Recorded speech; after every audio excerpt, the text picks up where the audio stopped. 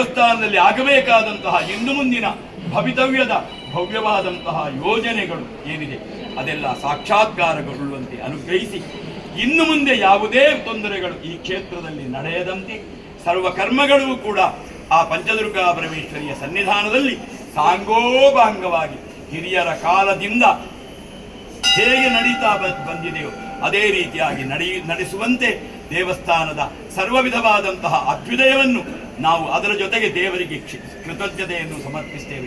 ನಾವು ಮಾಡಿದ ಅಪರಾಧವನ್ನು ಸಕಾಲದಲ್ಲಿ ದೇವರು ನಮಗೆ ಎಚ್ಚರಿಸಿ ಅನುಗ್ರಹ ಮಾಡಿದ್ದಾರೆ.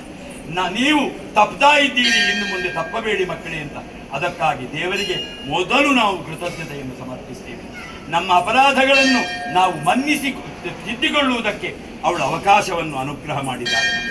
ಅವಳ ಅನುಗ್ರಹದಿಂದ ಇಲ್ಲಿ ಸೇರಿದಂತಹ ವಿಪ್ರೋತ್ತವರ, ವೇದಜ್ಞರ, ಶಾಸ್ತ್ರಜ್ಞರ ಪರಂಪರೆಯಿಂದ ಈ ನಾಡಿನ ಸಂಸ್ಕೃತಿಗಾಗಿ ತ್ಯಾಗವನ್ನು ಬಲಿದಾನವನ್ನು ಮಾಡಿದಂತಹ ಎಲ್ಲ ವಿಪ್ರ ಸಮೂಹದ ಮಹನೀಯರ ಆಶೀರ್ವಾದದಿಂದ ಎಲ್ಲ ಕಾರ್ಯಗಳು ಸಾಂಗವಾಗುವಂತೆ ಅನುಗ್ರಹಿಸಬೇಕು ಅಂತ ಹೇಳಿ ನಾವೆಲ್ಲ ಭಕ್ತಿ ಶ್ರದ್ಧೆಯಿಂದ ಇಡೀ ಸೀಮೆಯವರು, ಅರ್ಚಕ ವರ್ಗದವರು, ದೇವಸ್ಥಾನದ ಪರಿಚಾರಕ ವರ್ಗದವರು, ಅರಸರು, ಸೀಮೆಗೆ ಸಂಬಂಧಪಟ್ಟಂತಹ ಗುರ್ತು ಬಾರಿಕೆಯವರು, ಅದೇ ರೀತಿಯಾಗಿ ಸೀಮೆಗೆ ಸಂಬಂಧಪಟ್ಟಂತಹ ಸಮಸ್ತ ಬೇರೆ ಬೇರೆ ದೇವಸ್ಥಾನಗಳ ಬೇರೆ ಬೇರೆ ದೈವಸ್ಥಾನಗಳ ಪ್ರತಿನಿಧಿಗಳು ಎಲ್ಲರೂ ಸೇರಿ ಭಕ್ತಿ ಶ್ರದ್ಧೆಯಿಂದ ನಾವು ತಮ್ಮಲ್ಲಿ ಪ್ರಾರ್ಥಿಸಿಕೊಂಡು